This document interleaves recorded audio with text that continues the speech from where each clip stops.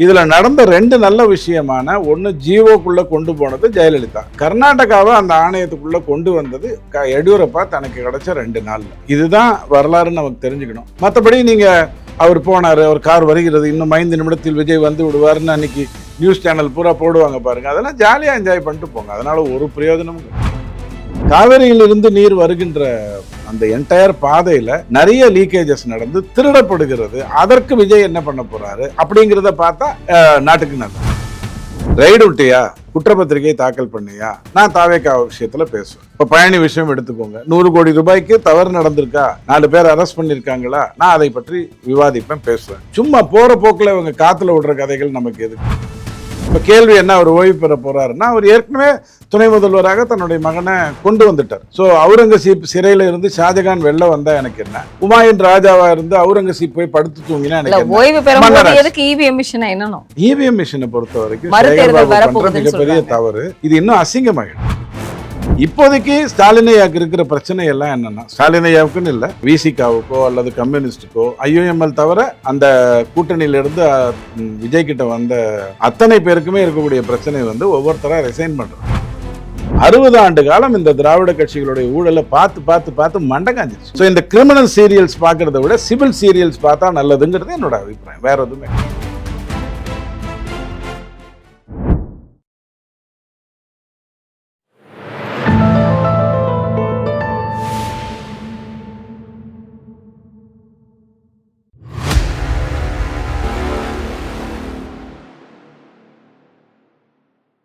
தாமரை TV நேயர்களுக்கு அன்பான வணக்கம். இன்று வந்து நேர்காணலில் சிறப்பு விருந்தினர் துக்ளக் வாசகர், அரசியல் விமர்சகர் ரவி டிடிஎஸ் அவர்கள் நம்மோடு இணைந்திருக்கிறார். சார் வணக்கம். சார் வணக்கம். இன்னைக்கு தமிழகத்தில் வந்து பேசு பொருளாக இருக்கக்கூடிய ஒரு முக்கியமான விஷயம், கர்நாடகாவுக்கு தமிழக முதல்வர் போகக்கூடாது அப்படின்னு ஒரு 4 நாட்களுக்கு முன்னாடி செய்திகள் வந்தது. இல்ல நாங்களும் வரோம் அப்படின்னு முன்னாள் ஆளும் கட்சியாக இருந்த திமுக நாங்களும் வரோம் அப்படின்னு சொன்னாங்க.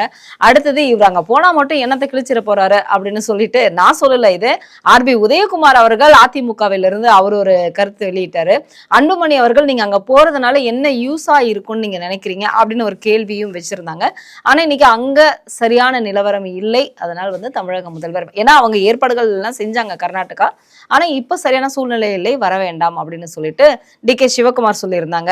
இதுல இன்னொரு கேள்வி என்ன அப்படின்னா, செப்டம்பர் 6, 2023 இதே மாதிரி காவிரி பிரச்சனை வரும்பொழுது ஸ்டாலின் அவர்களுக்கு படையல் போட்டாங்க. இறந்தவர்களுக்கு படையல் போட்ட மாதிரி படையல் போட்டு அவருடைய உருவ பொம்மையை வைத்து எரித்து பிணத்திற்கு முன்னாடி செய்யறது போல செஞ்சாங்க. இது தவிர்க்க தான் இந்த மாதிரியான ஒரு சூழ்நிலையோ? இல்லை, இது எல்லாமே அரசியல்னு புறந்தள்ளிட்டு போயிட்டே இருக்கலாம். சில விஷயங்கள் சொல்கிறேன் உங்களுக்கு. நாளைக்கு அனைத்து கட்சி கூட்டம் நடக்குதுன்னு நினைக்கிறேன் கர்நாடகாவில். ஆமாம், அதுக்கப்புறம் சொல்கிறேன்னு இருக்காங்க. ஒருவேளை வந்தால் நல்லதுன்னு அவங்க சொன்னாங்கன்னா வரப்போகிறாரு, வர வேண்டாங்க அப்படின்னு சொன்னால் அதுக்கேற்ற மாதிரி முடிவு பண்ண போகிறாரு. எது எப்படி இருந்தாலும் அவர் வரேன்னு சொன்னார், நாங்களும் வர சொன்னோம், எங்களுடைய நதி நீர் இருப்பை வந்து பார்க்க சொன்னோம் அப்படின்னு அந்த முதலமைச்சர் ஏற்கனவே சொல்லிட்டார். ஸோ நாம் பம்மாத்து விடலை, நாம் வரேன்னு சொன்னோம், அவங்க வர வேண்டான்னு சொல்லிட்டாங்க. அப்படிங்கிற அடிப்படையில் அதை புறந்தள்ளிருங்க. இந்த படையல் கதையெல்லாம் திமுக தானே தன்னுடைய ஆட்களை வச்சுக்கிட்டு ஏற்பாடு பண்ணும். அதாவது ஸ்டாலின் என்னவோ பயங்கரமாக கர்நாடகாவோட போரிட்டு அவங்களுடைய குறவழியை நசுக்கி அவங்க பண்ணுற தப்பெல்லாம் உலகத்துக்கு எடுத்து காட்டி அங்கேருந்து தண்ணியை வாங்கிட்டு வந்துடுவார், இந்த பார் வந்துச்சு பார், பீச் அடிக்குது பாருன்னு கதை விடுறதுக்காக படையலை யார் வேணாலும் இந்த கதையெல்லாம் பண்ணலாம். உங்கள் மேலே நான் எதிர்ப்பு காட்டுறேன் அப்படின்னு சொன்னால், நான் உங்களை பொறுத்த வரைக்கும் எதிரி அப்படின்னு சொன்னால், அப்போ நீங்கள் தான் காப்பாற்ற வந்த காவலனுங்கிற கதை இந்த திருப்பரங்குன்றத்தில் நடந்த மாதிரியான ஒரு விஷயம்தான் வச்சுக்கோங்க. இது எல்லாத்தையும் தூக்கி போட்டுருங்க. கடந்த 3 வருடங்களாக 303, 305, 300 டிஎம்சி தண்ணி நமக்கு வந்து கொண்டிருக்கிறது. 2023, 24 எனக்கு சரியா ஞாபகம் இருக்குன்னா 80 டிஎம்சி வந்ததாக ஞாபகம். ஆனால் இந்த மாதம் வர வேண்டிய 9 டிஎம்சி வந்துதா, வரலையா, வருமா, வராதா, ஆணையம் சொல்லியிருக்கக்கூடிய அந்த 4 டிஎம்சி கொடுப்பாங்களா, கொடுக்க மாட்டாங்களா அப்படிங்கிற இந்த தினப்பிரச்சனைக்குள்ளே நீங்கள் பேசுகிறதா இருந்ததுன்னா தெரியாது அப்படின்னு தான் என்னால் சொல்ல முடியும். அடிப்படை இது என்ன அப்படின்னா, காவேரியை பொறுத்த வரைக்கும் ஜூலை, ஆகஸ்ட், செப்டம்பரில் மழை நீராக வருகின்ற அங்கேருந்து அவனால் தடுக்க முடியாமல் வருகின்றது நம்மக்கிட்ட வந்துட்டு இருக்கு. அதை கூட்டி தான் நம்ம 300ன்னு சொல்கிறோம். நாம் விவசாயம் பண்ணுறதுக்கு ஏற்ற மாதிரி கரெக்டான டைமில் வருதா, சம்பா பயிர் அடுத்தது வரப்போகுது அதுக்கு வருமா அப்படின்னு கேட்டால் பதில் இருக்காது. இது எப்படின்னா ஒரு கிளி ஜோசியன் கிட்ட போய் உட்காந்துக்கிட்டு நான் ராகுல் காந்தி மாதிரி பெரிய பணக்காரன் ஆகணும், அதுக்கு ஏதாவது வாய்ப்பு இருக்கா, கிளியை கேட்டு சொல்லுங்க அப்படின்னு சொன்னா அவர் என்ன சொல்றாரோ அதுதான் கரெக்டா. அந்த மாதிரி இந்த கர்நாடகா விஷயத்துல ஒன்று புரிஞ்சுக்கோங்க, இந்த காவேரிங்கிறது ஒரு அரசியல். 1/3 தான் காவேரியுடைய படுகைன்னு சொல்வீங்க இல்லையா, அந்த படுகை வந்து பெங்களூருக்கு இருக்கு. 2/3 வந்து பெங்களூர் காவேரி நம்பி இல்லை. 17% தான் காவேரி நீர் பெங்களூருக்கு போகுது. கிட்டத்தட்ட 40% அதுக்கு துங்கபத்ரால இருந்து தான் வருது. இதுதான் நிதர்சனமான உண்மை. இதெல்லாம் கூகுளே உங்களுக்கு சொல்லும், யாரும் சொல்லணுங்கிற அவசியம் இல்லை. அப்போ இந்த காவேரி பிரச்சனைக்கு ஒரே தீர்வு வந்து ஆணையம் தான். அப்போ நீங்கள் போய் பேசினா என்ன ஆகும்? பேசிட்டா அது அப்படியே மாறிடுமே. கோர்ட் வந்து என்ன சொல்லும், நீங்கள் 2 பேர் தான் பேசிட்டீங்களே அப்படின்னு சொல்லுமான்னு கேட்டால் அது அப்படி கிடையாது. கோர்ட் வந்து போன வாட்டி என்னப்பா பேசினேன், இந்த மாதிரி பேசணுங்க, இப்போ என்ன உன் பிரச்சனை, இதுதான் என் பிரச்சனை அப்படின்னு அதன் முன்னாடி என்ன வைக்கப்பட்டிருக்கோ அதுக்கு தான் அது பதில் சொல்லுமே தவிர யார் யார் எங்கே சந்திச்சாங்க, சிதம்பரம் ஐயா காரில் போய் பிரபாகரை செஞ்சுட்டு வந்தாரா, சீமான் ஐயா வந்து பிரபாகரோட உட்காந்து சாப்பிட்டாராங்கிற மாதிரியான மேட்டர்லாம் இங்கே வேலைக்காக. நல்லா புரிஞ்சுக்கோங்க. நான் போய் பேசலாம், நானும் நீங்களும் ஒரு கொலை குற்றத்துக்குள்ள ஒரு கேஸ் நடந்துக்கிட்டு இருந்தா கூட நானும் நீங்களும் சிரித்து பேசிட்டு இருக்கிற மாதிரி ஒரு ஃபோட்டோ வந்துருச்சுன்னா கோர்ட் என்னப்பா சிரித்து பேசுறீங்க அப்பனா விட்டுருன்னு சொல்லாது. நீங்கள் எத்தையோ பண்ணிட்டு போங்க, கோர்ட்டுக்குள்ளே வைக்கப்பட்ட டாக்குமெண்ட். அதே மாதிரி ஒரு ஆணையம் பேசுறதாக இருந்ததுன்னா அந்த ஆணையத்தினுடைய வேலை, காவேரிங்கிறது வந்து ஒரு ஜீவநதி, ஒரு மாநிலத்துக்கானது அல்ல. சொல்லப்போனால் கர்நாடகாவே அல்ல, நேர்மையாக சொல்கிறதா இருந்தால் கர்நாடகாக்கானதே அல்லாது. அதுதான் ஆக்சுவலாக விஷயம். அங்கிருந்து என்ன நீர் இருக்கோ அதை பகிர்ந்து கொடுக்கின்ற வேலையை ஒருத்தர் செய்கிறார். இந்த உண்டகட்டி மாதிரி சாப்பிட்ருக்கீங்களா? சின்ன வயசுலலாம் அம்மா வந்து உருட்டி உருட்டி கொடுப்பாங்க, அண்ணனுக்கு ஒரு வாய் தம்பிக்கு ஒரு வாயின்னு. அந்த மாதிரி வேலையை செய்கிறது மட்டும்தான் அந்த ஆணையத்துடைய வேலை. அதனுடைய காவேரி முதல்ல ஒன்று இருந்தது பாருங்க, காவேரி நீதிமன்றத்தினுடைய ஒரு உரிமையை நம்ம இழந்தோம் பாருங்க 74. அதில் வந்து ஒரு 9 தப்பை நம்ம கருணாநிதி ஐயா செஞ்சு அதை முடிச்சு போட்டார். அது வந்து எப்படி ஸ்ட்ராங்காக இருந்ததுன்னா, மைசூருக்கும் மெட்ராஸ் பிரசிடென்சிக்குமான அந்த வழக்கு எவ்வளோ ஸ்ட்ராங்காக நமக்கான உரிமைகளை கொடுத்ததுன்னு சொன்னால் அது எல்லாத்தையுமே நீர்த்து செய்த பெருமை வந்து நம்ம கருணாநிதி ஐயாவுக்கு தான் உண்டு. இன்னைக்கு அதையெல்லாம் மீறிட்டு நம்ம திரும்ப பேசிக்கிட்டு இருக்கோம். ஸோ அவங்க ஏதோ கொடுக்குற இடத்துல இருக்கிற மாதிரியும் நாம் வாங்குற இடத்துல இருக்கிற மாதிரியும் ப்ரொஜெக்ட் பண்ணுறதே முட்டாள்தனம், ரொம்ப தப்பு. அவங்களுடைய வேலை, இந்த ஆணையத்தினுடைய வேலை பகிர்ந்து கொடுப்பது. இதில் நடந்த 2 நல்ல விஷயமான ஒன்று, ஜிஓக்குள்ளே கொண்டு போனது ஜெயலலிதா, கர்நாடகாவை அந்த ஆணையத்துக்குள்ளே கொண்டு வந்தது எடியூரப்பா தனக்கு கிடைச்ச 2 நாளில். இதுதான் வரலாறுன்னு நமக்கு தெரிஞ்சுக்கணும். மற்றபடி நீங்கள் அவர் போனார், அவர் கார் வருகிறது, இன்னும் 5 நிமிடத்தில் விஜய் வந்து விடுவார்னு அன்னைக்கு நியூஸ் சேனல் பூரா போடுவாங்க பாருங்க, அதெல்லாம் ஜாலியாக என்ஜாய் பண்ணிட்டு போங்க, அதனால ஒரு பிரயோஜனமும் கிடையாது. இன்னைக்கு வந்து இந்த குடிநீர் பிரச்சனை தான் வந்து அடுத்தது தமிழகம் எந்த நிலையில இருக்கும் அப்படிங்கிறது வந்து எல்லாருக்கும் கேள்விக்குறியான ஒரு விஷயமாக இருக்குன்னு நிறைய நம்ம வந்து சோசியல் மீடியால நம்ம பார்த்துட்டு இருக்கோம். ஏன்னா வந்து தண்ணி இல்லை, மழை இல்லை அப்படின்னு விவசாயிகள் இப்போ வரைக்கும் போராடிட்டு இருக்கோம். ஆனா இன்னைக்கு இருக்கக்கூடிய அரசாங்கத்துக்கு முன்னாடி இருந்த அரசாங்கம், அதாவது துரைமுருகன் குடிநீர் வழங்கல் வாரியத்தில் வந்து 8000 வணிக கட்டிடங்களுக்கு வந்து பார்த்தீங்க அப்படின்னா கொடுத்துட்டு குடிநீர் வழங்கல் வாரியத்தை வந்து லஞ்சமாக கொடுத்துருக்குறாரு அப்படின்னு சொல்லிட்டு ஒரு விஷயத்த சொன்னாங்க. இது வந்து கொஞ்சம் அலசி ஒரு 20 நாட்களாகவே இந்த செய்திகள் போயிட்டு இருந்தது. ஆனால் இன்னைக்கு பார்த்தீங்க அப்படின்னா 171 கோடி வந்து லஞ்சமாக வாங்கியிருக்காங்க இதில் மட்டும் அப்படின்னு சொல்லிட்டு இன்னைக்கு செய்திகள் வந்திருக்கு. துரைமுருகனை கைது செய்வதற்கான வாய்ப்புகளும் இருக்கிறதாக சொல்றாங்களே, அது இதுக்கெல்லாம் உண்மையிலேயே வேற ஆட்கள் இருக்காங்க, செய்திகளை படித்துட்டு இது எப்படி நடந்தது, இந்த தப்பு எங்கேருந்து நடந்தது, யார் யாருடைய மச்சான், எப்படி அந்த கையெழுத்து வாங்கினாங்க அப்படிங்கிறதுக்கெல்லாம் நிறைய பேர் இருக்காங்க. நான் வந்து சிம்பிளாக உங்களுக்கு சொல்லிடுறேன். காவிரியிலிருந்து நீர் வருகிறது அப்படின்னு சொன்னால் நேர்மையாக போக வேண்டிய இடத்தின் மூலமாக டெல்டாக்கு சப்போர்ட் பண்ணுற மாதிரி வருதான்னு கேட்டால் வரலை. கரூர் மக்கள் குறிப்பாக அந்த பர்டிகுலர் விஷயத்தில் எப்படி பாதிக்கப்படுறாங்கன்னா, நடுநடுவில் பைப்ஸ் எடுத்து தண்ணியை திருடுற வேலைங்கிறது ஒன்று நடந்துட்டுருக்கு. தமிழ்நாடு என்ன பண்ண முடியும்? தன்னுடைய எல்லைக்குட்பட்ட விஷயங்களை தான் அது பாதுகாத்து கொள்ள முடியும். 300 டிஎம்சி வந்திருக்குன்னு நான் சொல்கிறேன், உங்களுக்கு தேவை 177, அவன் அதையே கொடுக்க மாட்டேங்கிறான் அப்படிங்கிறது தான் உங்கள் பிரச்சனை. அப்போ 300 வந்திருக்குன்னா அது என்னாச்சு? வீணாச்சுன்னு தானே அர்த்தம். போகிறது போக மீதி வீணாச்சுன்னு தானே அர்த்தம். அதை தடுப்பதற்கு நீங்கள் என்ன பண்ண போகிறீங்கிறது தான் நாம் பார்க்கணுமே ஒழிய, இந்த மாதிரியான விஷயங்கள். இப்போ துரைமுருகன் ஒரு அமைச்சராக இருந்தாருன்னா அவர் லஞ்சம் வாங்கலைன்னா தான் அது பெரிய விஷயம், அவர் வந்து தப்புகள் செய்யலைன்னா தான் அது பெரிய விஷயம். இதை யார் கொண்டு போய் நீதிமன்றத்தில் கொண்டு போய் வைக்க போறாங்க? யார் குற்றப்பத்திரிகையை தாக்கல் பண்ண போறாங்க? துரைமுருகன் விஷயத்தில் யார் கொண்டு போறாங்க? அந்த 13 குறுநில மன்னர்கள் விஷயத்தில் யார் கொண்டு போறாங்க? செய்திகளை படித்துட்டு நாம் என்ன தெரிஞ்சுக்க போறோம் இந்த மாதிரியான விஷயங்கள். ஆனால் காவிரியிலிருந்து நீர் வருகின்ற அந்த என்டையர் பாதையில நிறைய லீக்கேஜஸ் நடந்து திருடப்படுகிறது. அதற்கு விஜய் என்ன பண்ண போறாரு அப்படிங்கிறத பார்த்தா நாட்டுக்கு நல்லது. கண்டிப்பா சார். ஆனா இன்னைக்கு இருக்கக்கூடிய சூழ்நிலைகள்ல திமுக வந்து ஒரு பெரிய ஒரு லிஸ்ட்டே வச்சுட்டு பட்ஜெட்டுக்கு வந்து ரெடி ஆயிடுச்சு. ஆனா திமுகவில் யாரையாவது ஒருத்தர் முக்கியமான அமைச்சர்களை, முன்னாள் அமைச்சர்களை கைது பண்ணணும்னு தாவேகாவும் ரெடியா இருக்கு.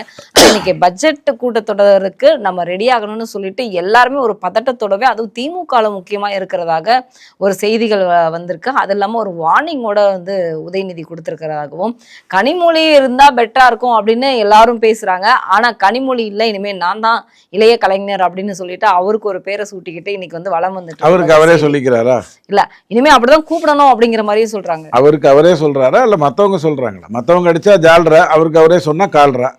ஆக்சுவலா என்ன நடந்ததுங்கிறத பாத்துக்கோங்க. பட்ஜெட் கூட்டத்தொடரில் என்ன நடக்கும்? இப்படி நான் வந்து பட்ஜெட் போட போறேன், இந்த மாதிரி கொடுக்க போறேன். உடனே நீங்கள் என்ன விமர்சனங்களை வைப்பீங்க?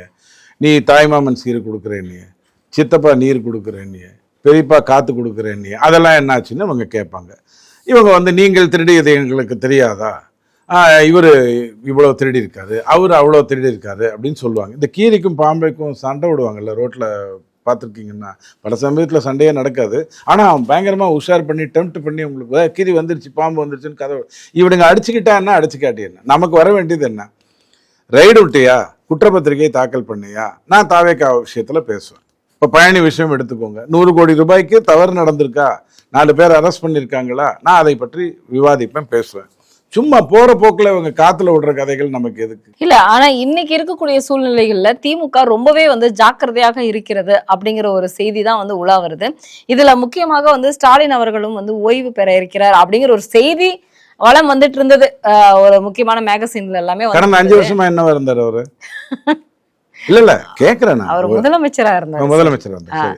இப்ப ஓய்வு பெற போகிறார் அப்படிங்கும் பொழுது, இல்ல எங்களுடைய இவிஎம் மிஷின்ல வந்து நிறைய குளறுபடிகள் இருக்கு அப்படின்னு சொல்லிட்டு இவங்க குளத்தூர்ல போயிட்டு இப்ப இவிஎம்ல வந்து என்னங்க அப்படின்னா அதுக்கே வந்து 18 லட்சம் செலவு பண்ணியிருக்கிறதாக ஒரு செய்திகள் வெளியாகுது.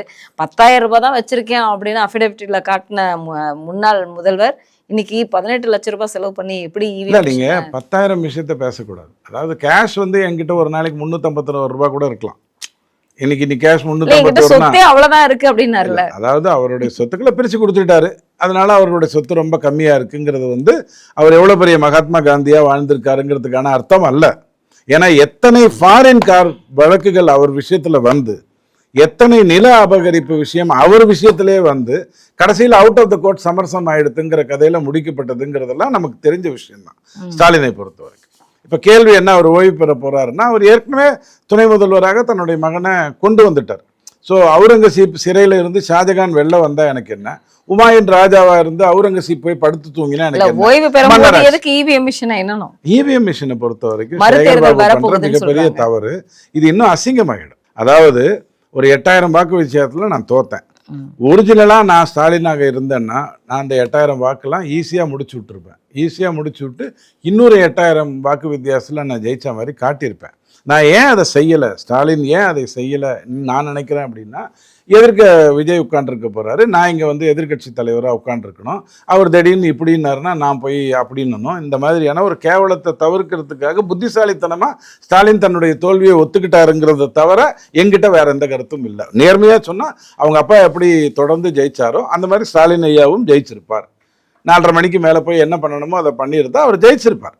அவர் தோத்தாருங்கிறது வந்து அவராக விட்டு கொடுத்த ஒரு சாதாரணமான ஒரு விஷயம்.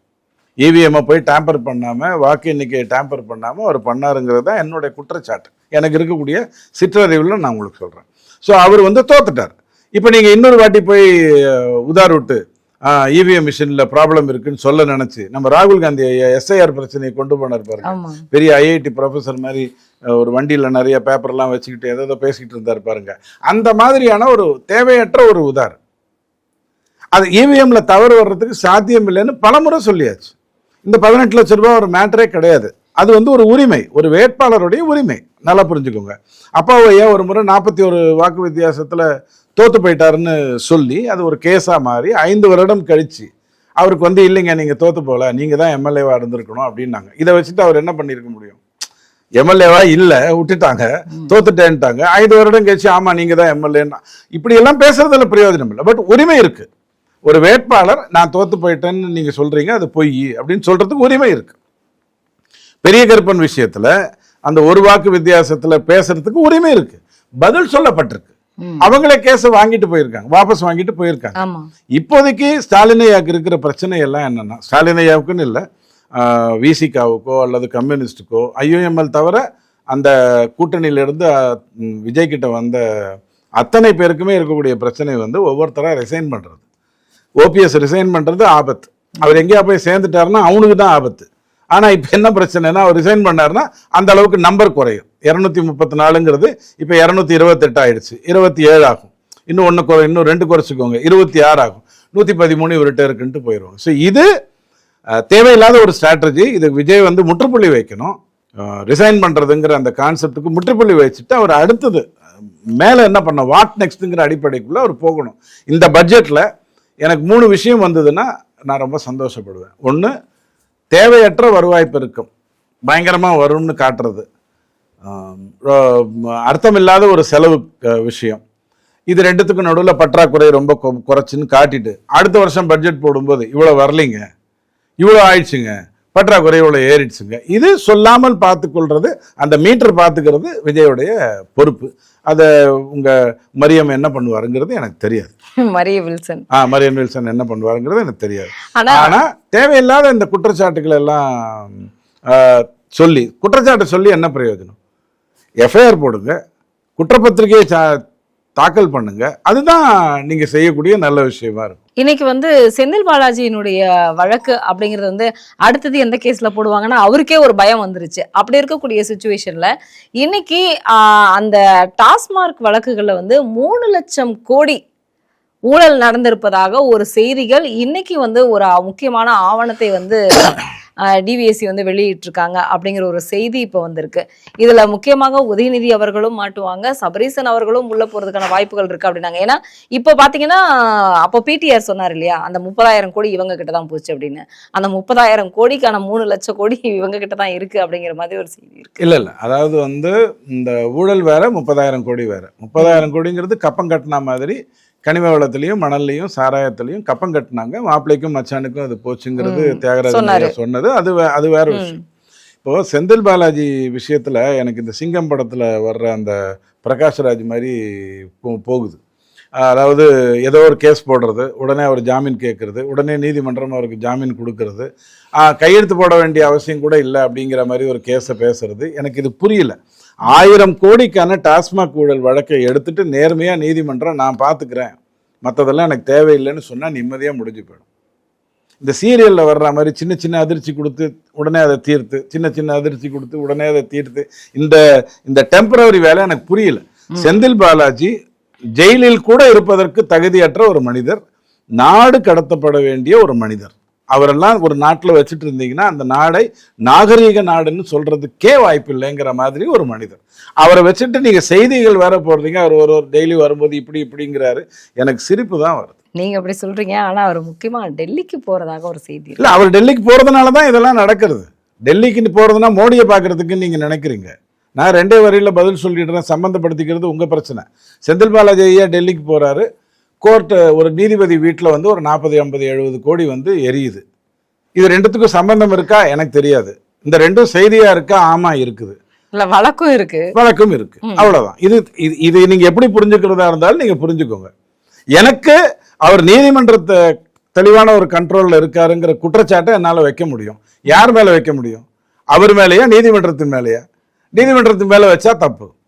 நீதிமன்றத்துக்கு தான் புரியணும். நான் என் மேல இருக்கிற நம்பிக்கை, இந்த நாட்டு மக்களுக்கு நீதிமன்றத்துக்கு மேல இருக்கிற நம்பிக்கையை நான் காப்பாற்றணுங்கிற எண்ணம் நீதிமன்றத்துக்கு தான் இருக்கணும். டாஸ்மாக் 1000 கோடி வழக்கு எதுக்கு படுத்து தூங்குது? என்ன காரணத்துக்காக? சாட்சி இல்லையா? பேப்பர் இல்லையா? திடீர்னு ஒரு நாள் அதுல வாபஸ் வாங்கிடுவாங்க. திடீர்னு ஒரு நாள் ஒருத்தர் பணக்காரர் ஆயிடுவாரு. இதெல்லாம் எனக்கு புரியல. இன்ஃபேக்ட் இதுக்கான டைம் வேஸ்ட் பண்றதுக்கு கூட என்கிட்ட நேரம் இல்லை. ஆனா அந்த மாதிரி யூடியூப் பார்த்துட்டு இருக்கிற நண்பர்களுக்கு நான் ஒன்னே சொல்றேன், இதுக்கு பேசாம சீரியல் பார்த்தீங்கன்னா இந்த சிறகடிக்க ஆசைன்னு ஒரு சீரியல் வருது 9 to 9:30, அதை கொஞ்சம் பாருங்க. அப்படி கொஞ்சம் டெம்பரரி இறங்கும். அதே மாதிரி நைட் எதிர்நீச்சல் தொடங்குறதுன்னு ஒரு சீரியல் வருது, முடிஞ்சா அதை பாருங்க, அப்படியே ஏறி இறங்கும். சிம்பிளா சிவில்ல பாருங்க, எதுக்கு இந்த கிரிமினல்ஸ் எல்லாம் பார்த்துக்கிட்டுங்கிறது என்னோட அபிப்பிராயம். என்ன சார் இல்லைங்க, கிரிமினல் சீரியல் சீரியஸா சொல்றேங்க. இதெல்லாம் நாட்டு நடப்ப மக்கள் தெரிஞ்சுக்கணுங்கிறதுக்காக தான் அசெம்பிளியவே லைவ்ல காட்டுறாரு தமிழக. இதுதான் நடப்புன்னு நீங்க நினைக்கிறது தான் தவறு. 3 விஷயம் தான் ஒரு அரசு செய்யணும். நேர்மையான அரசு 3 தான் செய்யணும்.